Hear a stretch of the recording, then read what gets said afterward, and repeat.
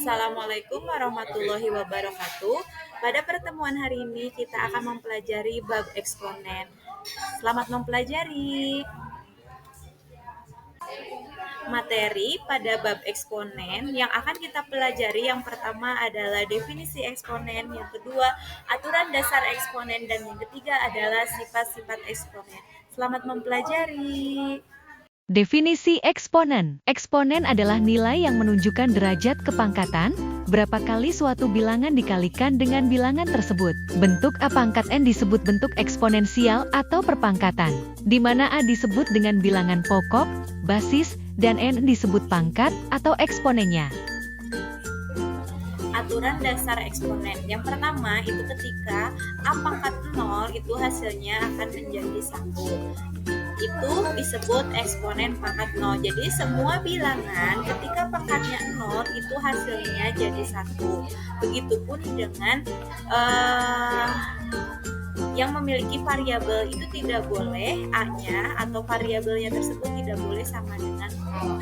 Yang kedua itu ada A pangkat 1 atau disebut eksponen pangkat 1. Ketika semua bilangan apapun dipangkatkan 1 hasilnya bilangan itu sendiri, maka A pangkat 1 itu sama dengan A. Yang ketiga itu eksponen pangkat negatif. Ketika kita punya A pangkat min M itu hasilnya jadi 1 per A pangkat M ya. Jadi diubah ke dalam bentuk pecahan, pangkatnya bakalan berubah jadi positif. Sifat-sifat eksponen. Yang pertama adalah pangkat penjumlahan. Ketika kita punya A pangkat M dikali A pangkat N, maka hasilnya jadi A pangkat M tambah N. Jadi ketika bilangan pokoknya sama-sama A dan pangkatnya berbeda, maka hal yang pertama kalian lakukan itu dengan menjumlahkan hasil dari pangkatnya.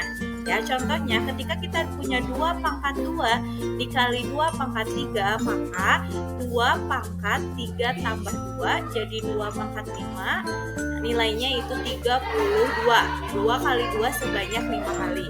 Yang kedua itu adalah pangkat pengurangan. A pangkat M dibagi A pangkat N sama dengan A pangkat M dikurangi N. Contohnya itu ketika kita punya 3 pangkat 3 dibagi 3 pangkat 2, bilangan pokoknya udah sama-sama 3, pangkatnya berbeda, maka kita tinggal mengurangi pangkatnya. Jadi 3 pangkat 3 kurang 2 itu hasilnya 3 pangkat 1, maka nilai 3 pangkat 1 tadi adalah bilangan itu sendiri, yaitu 3. Yang ketiga itu pangkat perkalian. A pangkat M dipangkatkan lagi N, maka hal yang kalian lakukan adalah mengkalikan pangkatnya. Jadi A pangkat M kali N. Contohnya ketika kalian punya